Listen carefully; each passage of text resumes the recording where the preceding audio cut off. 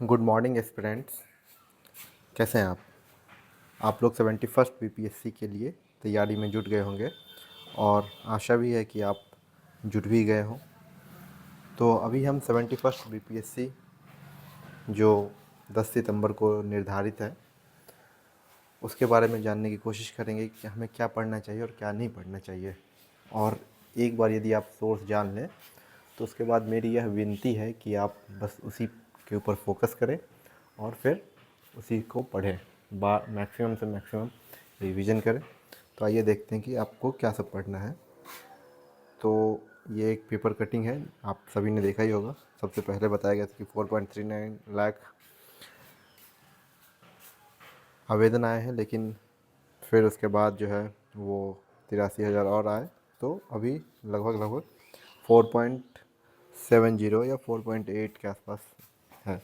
लेकिन इससे कोई फ़र्क नहीं पड़ता है, या पोस्ट 100 हो या पोस्ट 1000 हो, आपको पढ़ना उतना ही है जितना लोग पढ़ते हैं या फिर जितना कंपटीशन है। तो इससे कोई फ़र्क नहीं पड़ता है कि फॉर्म कितने भरे हो, आप अपना मेहनत कीजिए और अपने तरफ से बेस्ट दीजिए, बाकी आपको फल ज़रूर मिलेगा। तो हम देखते हैं कि अभी जो है अब आगे की रणनीति क्या होगी हमारे पास मुश्किल से 2 महीने बचे हुए हैं और इस 2 महीने हमारे लिए काफ़ी है। यह मत सोचिएगा कि 2 महीने हैं तो नहीं हो पाएगा, 2 महीने काफ़ी हैं और मैं आपको बताऊंगा कि क्यों काफ़ी है ये। ठीक है, तो प्रीलिम्स और मेंस जो है वो भी आपको साथ साथ लेके चलना पड़ेगा, क्योंकि मेंस में क्या होता है कि लास्ट के आपको 3 महीने ही मिलते हैं, तो 3 महीने थोड़ा सा मुश्किल हो जाता है। तो मेंस के लिए आपको ज़्यादा कुछ नहीं करना है, जो आप पढ़ रहे हैं बस उसी को थोड़ा सा डिटेल में पढ़ लेना है, तो आपको प्रीलिम्स में भी वो फ़ायदा कर जाएगा। को थोड़ा सा ट्रिकी क्वेश्चन आएगा तो वो भी आप कर सकते हैं। ठीक है, फिर यदि आप जानते हैं कि PYQ जो है वो प्रीलिम्स के लिए बहुत इम्पोर्टेंट है, तो अभी आप प्रीलिम्स के लिए बस PYQ करते रहिए और पढ़ते रहिए, और मेंस के लिए जो है वो उसके लिए भी पढ़ना ही है। तो मैं आपको सोर्स भी बताऊंगा क्या पढ़ना है एक्स्ट्रा मेंस के लिए, और प्रीलिम्स का तो आप पढ़ ही रहे हैं। तो हमारे लिए ये है कि अभी जो आपके जो बचे हुए दिन हैं जुलाई के, उसमें आप थोड़ा सा मेंस के लिए भी पढ़ लीजिए। यदि आंसर राइटिंग करने का मन है तो कर सकते हैं, और नहीं भी करने का मन है तो छोड़ सकते हैं। बस हिस्ट्री, कुछ मेजर पोर्शन जो है जैसे सेक्शन 1 में हिस्ट्री है तो वो थोड़ा सा पढ़ लीजिए, और सेक्शन 2 में करंट अफेयर्स है तो वो तो आपको पढ़ ही रहे होंगे, कोई दिक्कत नहीं है। फिर सेक्शन 3 के लिए DI है, तो DI में कोई दिक्कत नहीं है, DI आप लास्ट टाइम में करेंगे तो कोई दिक्कत नहीं है। और पेपर सेकंड जो है, पेपर सेकंड में आपका पॉलिटी है, तो पॉलिटी के लिए थोड़ा सा लक्ष्मीकांत आप पढ़ लेंगे तो अच्छा रहेगा। तो यही है। उसके बाद यदि हम देखते हैं तो अभी हम कैसे पढ़ें और क्यों पढ़ें। तो क्यों पढ़ें, तो आपको बताइए क्यों पढ़ें और कैसे पढ़ें और क्या पढ़ें। तो हम सबसे पहले देख लेते हैं कि जिस हिसाब से वेटेज है बीपीएससी का प्रीलिम्स में या मेंस में, उस हिसाब से हमको पढ़ना भी है। तो वेटेज है, यदि हम देखते हैं वेटेज की बात करें तो हिस्ट्री में आपको 30 क्वेश्चन पूछा जाता है, ऑन एन एवरेज 30 क्वेश्चन पूछा जाता है। ये मैं एवरेज लेके चल रहा हूँ। साइंस के 30 क्वेश्चन लगभग होते हैं, करंट अफेयर्स के 30 क्वेश्चन और बिहार स्पेशल के 30 क्वेश्चन। तो करंट अफेयर्स में बस आपको करंट अफेयर्स नहीं होगा, क्योंकि उसमें इकोनॉमिक्स के क्वेश्चन भी हो जाएंगे, उसमें आपको पॉलिटी के क्वेश्चन हो जाएंगे, तो इसलिए आपको 30 क्वेश्चन ऑन एन एवरेज होता है। मैथ्स रीजनिंग के 10 क्वेश्चन लगभग होते हैं। ज्योग्राफी, पॉलिटी और इकोनॉमिक्स ये सब मिला के 20 से 30 क्वेश्चन आते हैं आपके। तो यदि हम देखते हैं तो हिस्ट्री में हमें क्या पढ़ना है।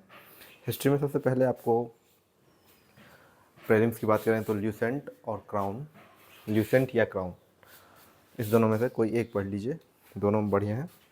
प्रीलिम्स के व्यू पॉइंट से काफ़ी अच्छे दोनों बुक हैं, तो कोई एक पढ़ लीजिए वो काफ़ी होगा। और उसके साथ साथ आपको क्या करना है, PYQ और ऑब्जेक्टिव ये लगा लेना है। PYQ कहाँ से करना है, तो PYQ आप कहीं से भी देख लीजिएगा, वेबसाइट से निकाल लीजिए। 10 साल के PYQ कर लीजिए, 15 साल के PYQ कर लीजिए, काफ़ी है, इनफ है। और ऑब्जेक्टिव, ऑब्जेक्टिव यदि हिंदी मीडियम और इंग्लिश मीडियम के लिए घटना चक्र जो है वो काफ़ी होता है, या फिर ल्यूसेंट का भी ऑब्जेक्टिव आता है तो उससे भी आप सॉल्व कर सकते हैं। तो ये हो गया। फिर साइंस के लिए यदि आप बात करें तो साइंस के लिए ल्यूसेंट और क्राउन पढ़ें। हाँ, और हिस्ट्री के लिए यदि मैं रेड में जो लिखा हूँ इसमें जितने भी रेड में जो लिखे हुए हैं ना वो सारे मेंस के लिए हैं।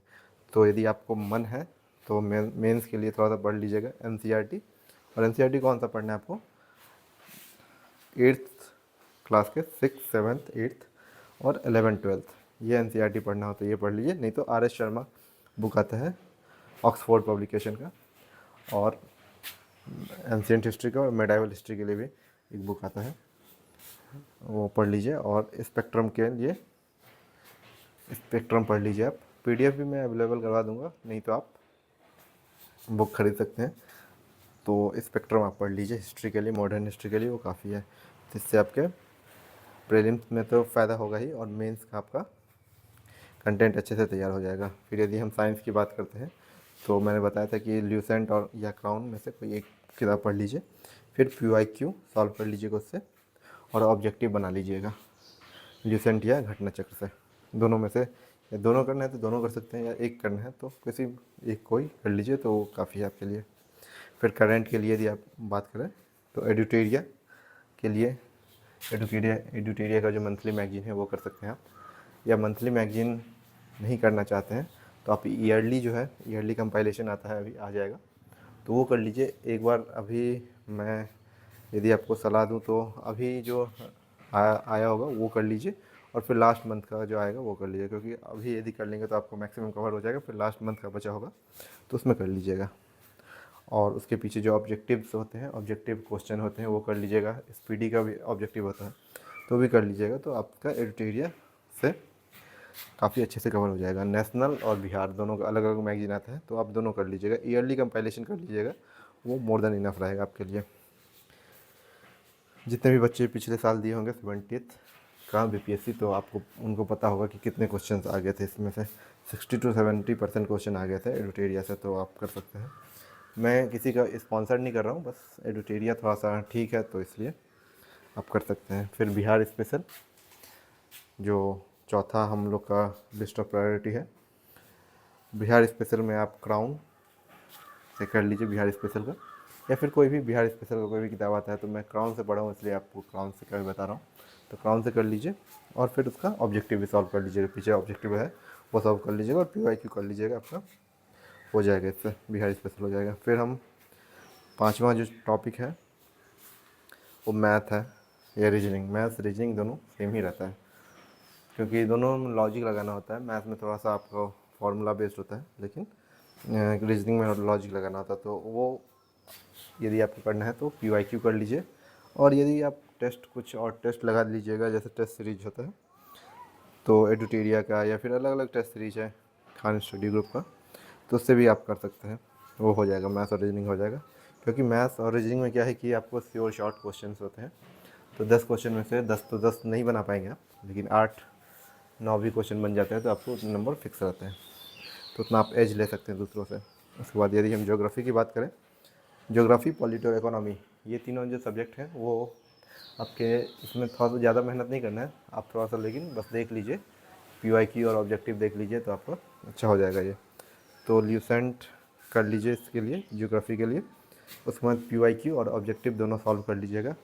और यदि मेंस के लिए बात करें तो मेंस का लिए आप यदि पढ़ रहे हैं तो 9 to 11 क्लास के जो एनसीईआरटी है वो पढ़ लीजिएगा, तो वो काफ़ी अच्छा रहेगा आपके लिए ज्योग्राफी के लिए। फिर पॉलिटी, ल्यूसेंट या क्राउन में से कोई एक किताब, उसके बाद पीवाईक्यू कर लीजिएगा, और ऑब्जेक्टिव क्वेश्चन कर लीजिएगा घटना चक्र से या ल्यूसेंट से, किसी से भी कर लीजिएगा, आपको हो जाएगा।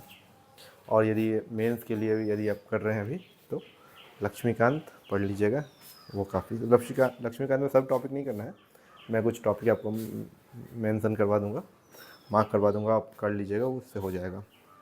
फिर इकोनॉमिक्स की बात करते हैं तो इकोनॉमिक्स में कुछ की कंसेप्ट होते हैं। मेनली आपका जो करंट अफेयर्स ही होता है, तो इसके लिए आपको Bihar budget economic survey, Bihar और नेशनल दोनों का आपको करना पड़ेगा, तो कर लीजिएगा। पीवाईक्यू और ऑब्जेक्टिव कर लीजिएगा, क्योंकि इससे जो है आपका जो भी कंसेप्ट हैं, जैसे कि प्राइमरी डेफिसिट, फिस्कल डेफिसिट, ये सब जो है कंसेप्ट है। उसके बाद बैंकिंग टर्म्स जो हैं वो सब आपका हो जाएगा, कवर इससे हो जाएगा। तो मोटा मोटी यही है। और वेटेज जो है वो आपको पता ही है, ये सब है, ऐसे ऐसे क्वेश्चन है। तो आप हिस्ट्री, साइंस, करंट अफेयर्स और बिहार स्पेशल इस पे ज़्यादा फोकस कीजिए। बाकी मैथ्स, रीजनिंग पे भी कर लीजिएगा तो थोड़ा अच्छा ही रहेगा। यदि आप इतना क्वेश्चन कर लेते हो 120 130 क्वेश्चन आपके हो जाएंगे।